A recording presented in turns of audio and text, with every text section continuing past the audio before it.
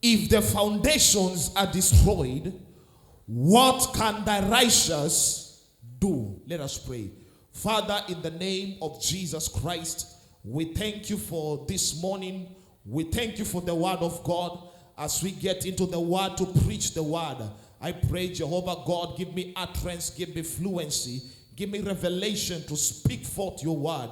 I thank you for this service. Lord Almighty, open the eyes of the understanding. Let the word that is going to be preached today enter their hearts, enter their spirits. In the name of Jesus Christ, we thank you for revelation. We thank you for the Holy Spirit. Take charge and take control, Holy Spirit of God. We bless you and we honor you.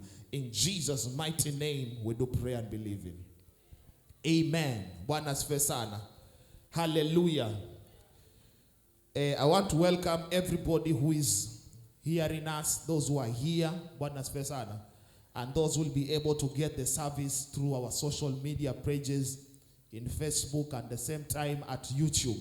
Bwana asifiwe sana. Search JCC Bombololo. Every sermon that is preached here, it is on YouTube. We are going to talk about the pillars of our ministry. The Bible tells us in Psalms 11 verse 3, it says, if the foundations are destroyed, what can the righteous do? Hallelujah.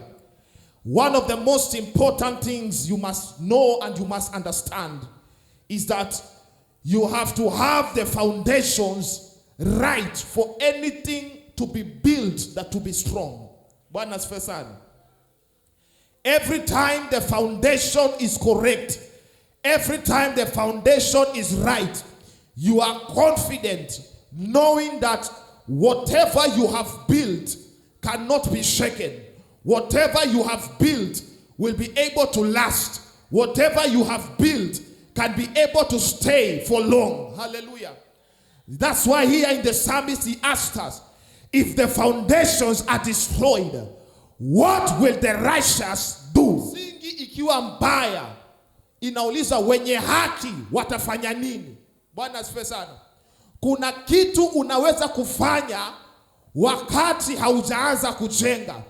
Lakini pale ukiwa ushajenga tayari, kurekebisha ile makosa ya chini inakuwa ngumu. Bwana asifiwe sana. That's why this morning I want to teach on the 5 pillars of our ministry. 5 things that you must be strong in this ministry. Hallelujah.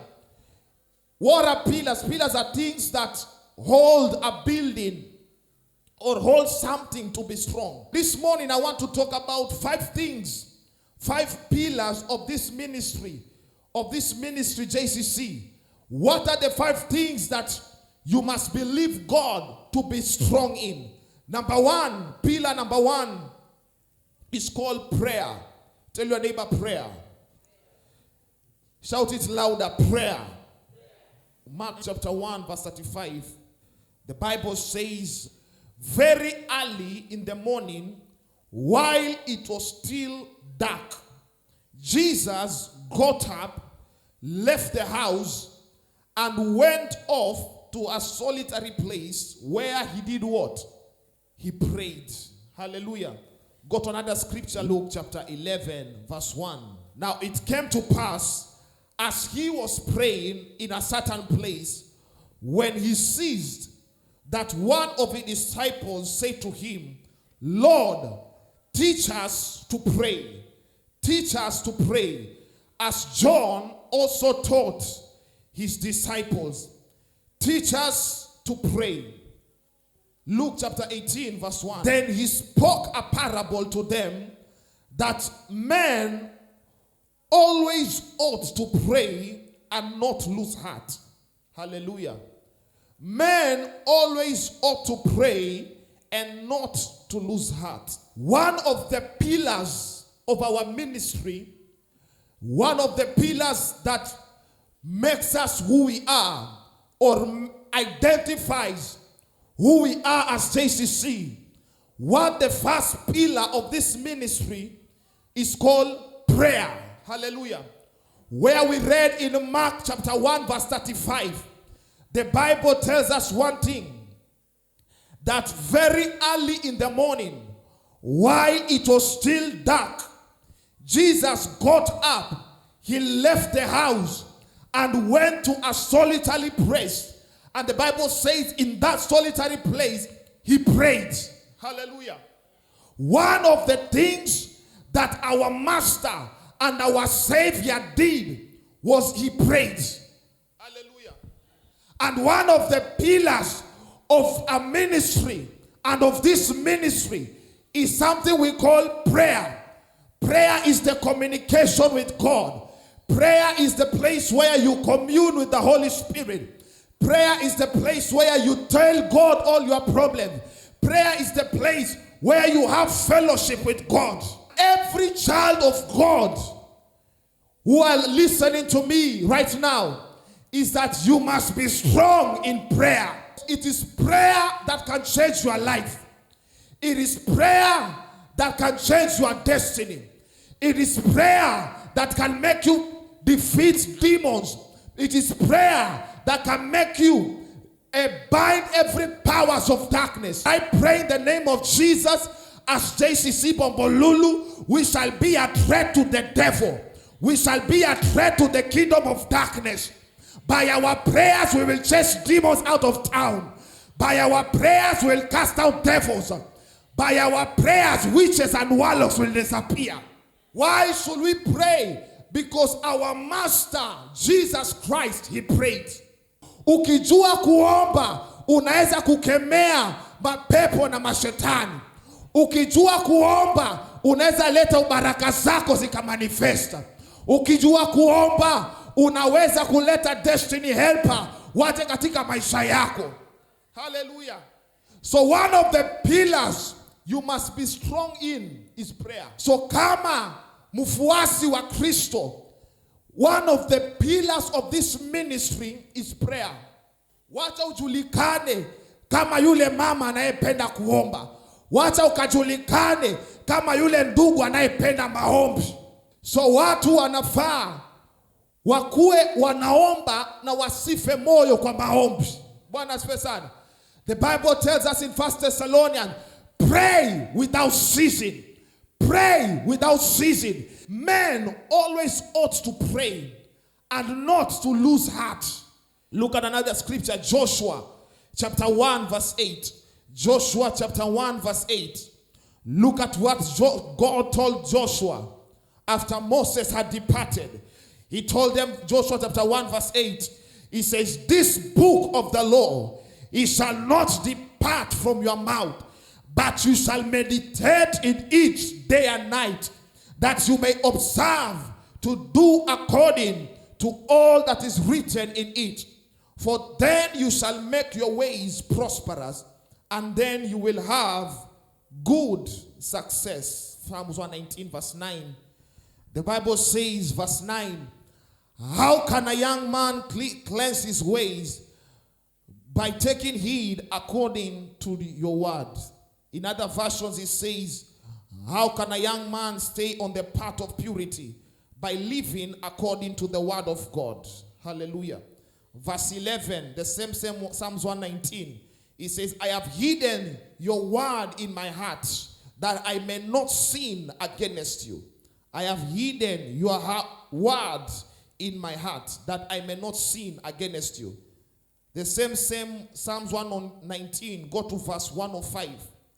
105, Psalms 119 verse 105.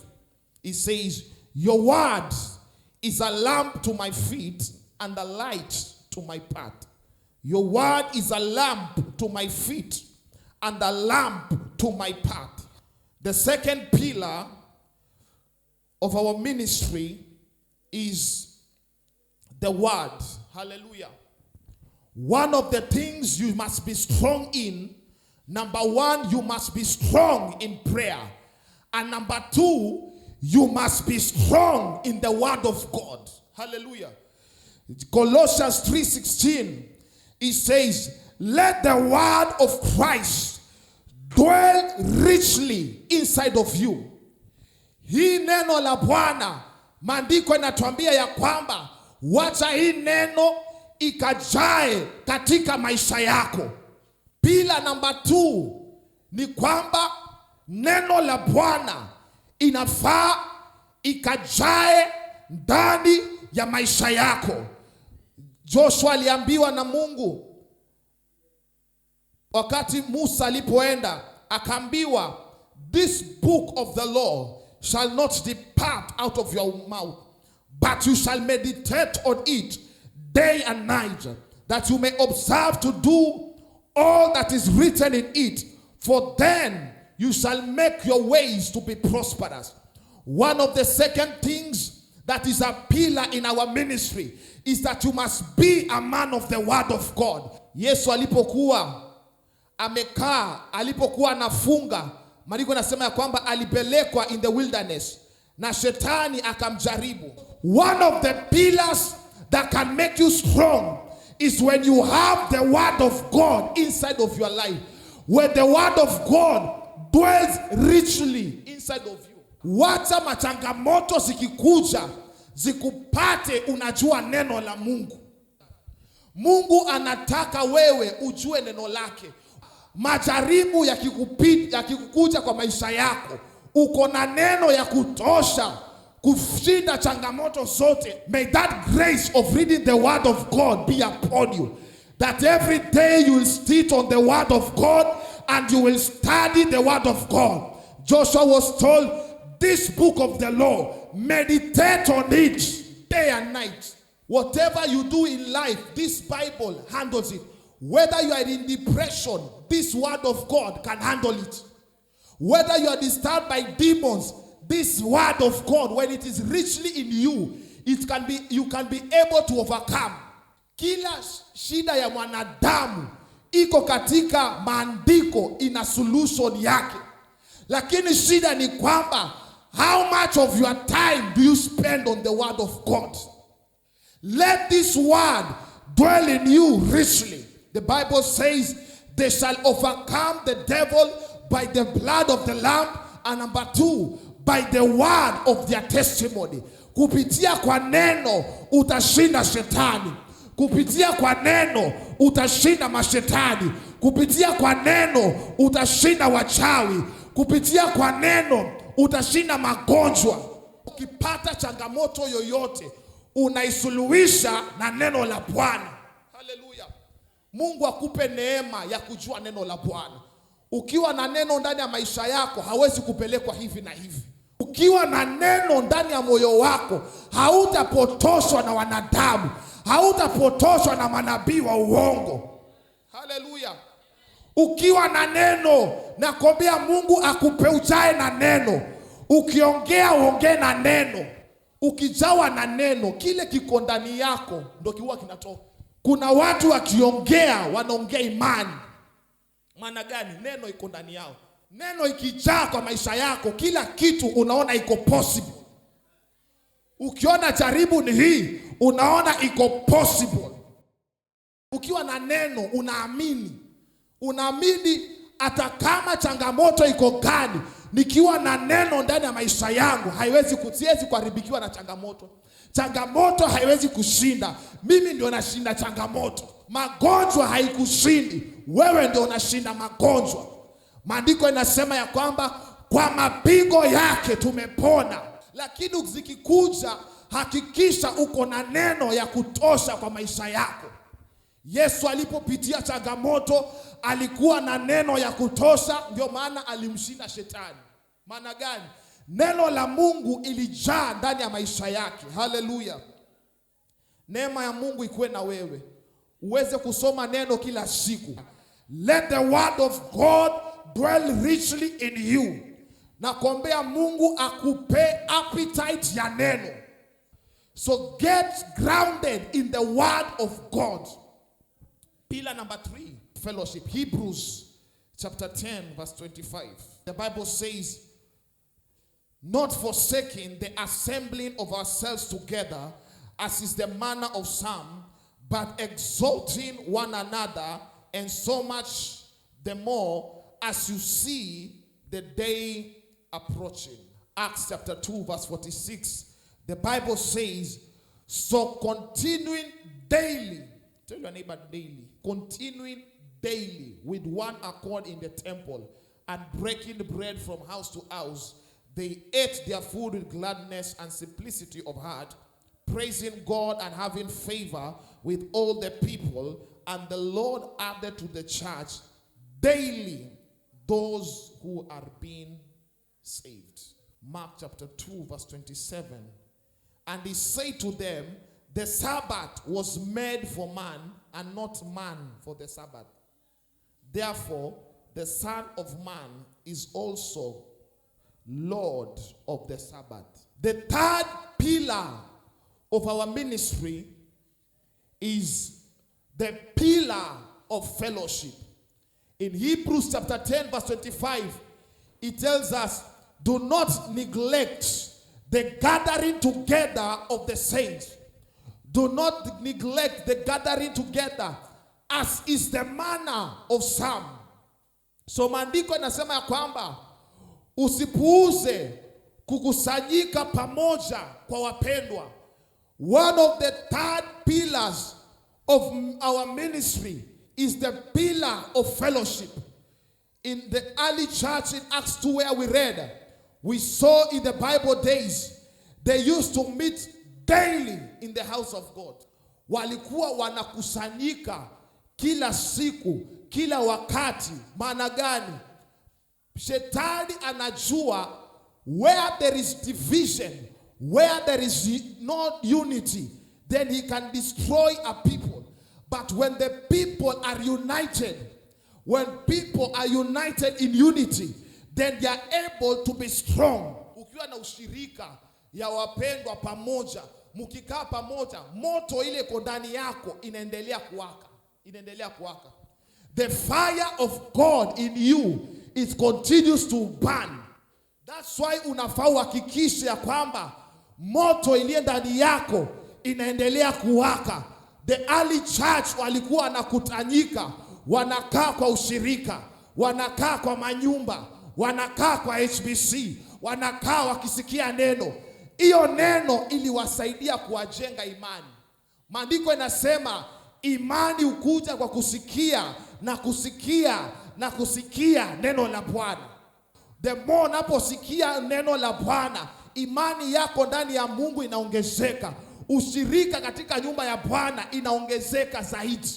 People in the Bible, they used to meet daily. The more they meet daily, they stay grounded in the word. Nobody could destroy them. The devil could not destroy them. Even when they were fought, even when there was persecution, they never backslided. Wacha imani yako ikawe, hata kanisa ikifungwa nasimamia Yesu. Have a hunger for God. One of the pillars that will make you strong, number 3, is fellowship. Bwana asifiwe sana. Faith is another pillar in the ministry. Lazima uwe na imani. Luke 18 verse 8. I tell you that he will avenge them speedily. Nevertheless, the Son of Man comes.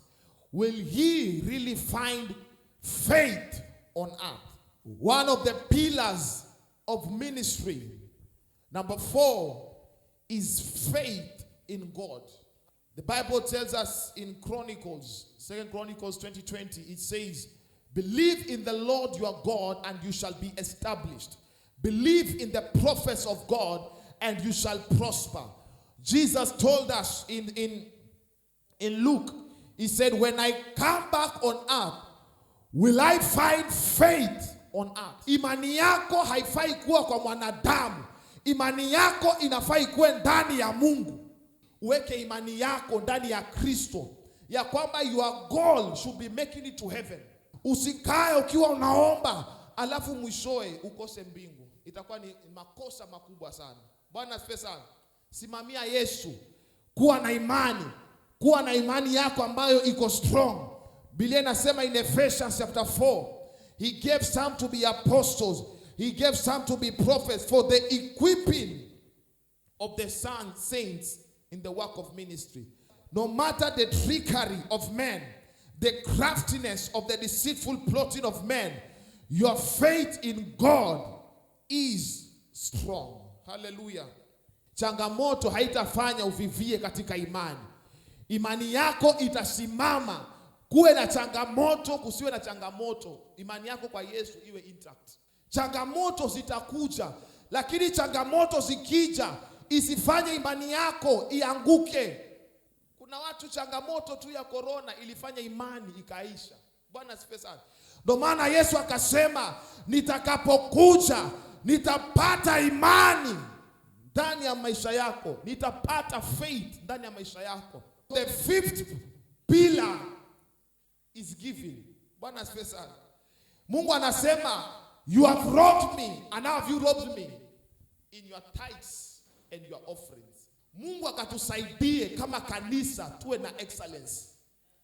And how can that come? It says by your giving. Bwana asifiwe sana. When you are strong in giving, you can conquer the demon of lack and poverty by your giving.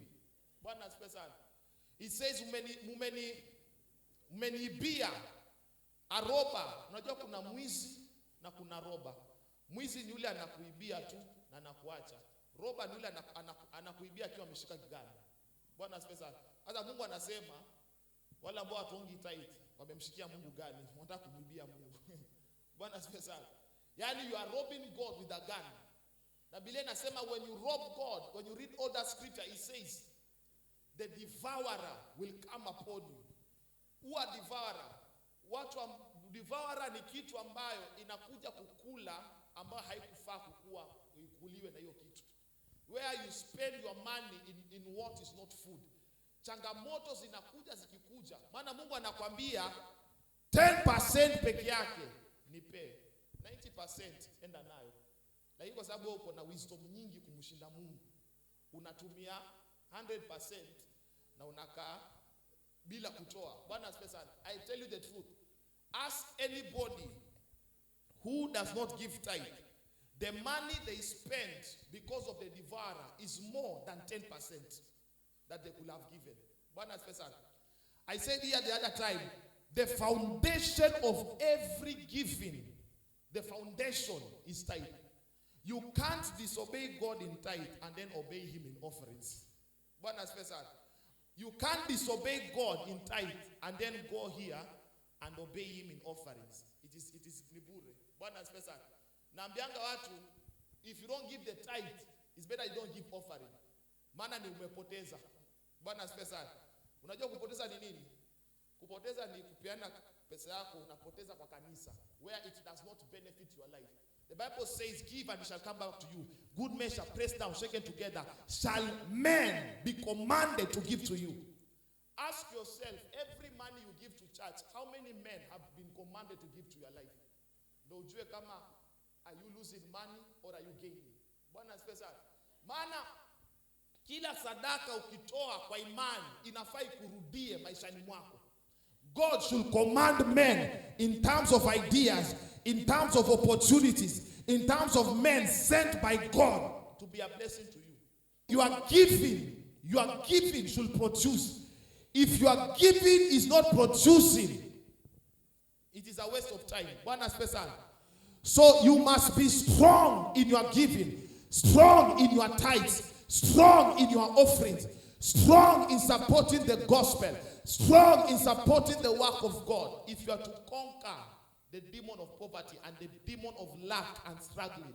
So when you are strong in those 5 things, I can guarantee you can overcome poverty, you can overcome every devil, you can overcome everything, every challenge, and you can be able to stay as a strong believer in this generation. Nataka uende tu mbele za Bwana, mwambie Bwana, nisaidie. Hizi vitu vitano, akupe neema. Neema ya Mungu ikawe na wewe. Akupe neema ya maombi.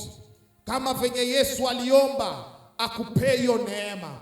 Kama venye alikuwa na neno, uwe na neema ya neno la Bwana. Neema ya kusoma neno, neema ya ushirika, neema ya imani, neema ya kutoa. Mwambie Bwana kupe neema. Ukatengeneze muda ya kusoma neno la Bwana. Mwambie Bwana kupe neema ya maombi. Mwambie Bwana kupe neema ya fellowship, ya ushirika kila siku. Kutoka leo Bwana, maisha yetu yasiwe kawaida tena, ukatupeleke upeo mwingine, upewe sifa na shukrani. Asante Yesu.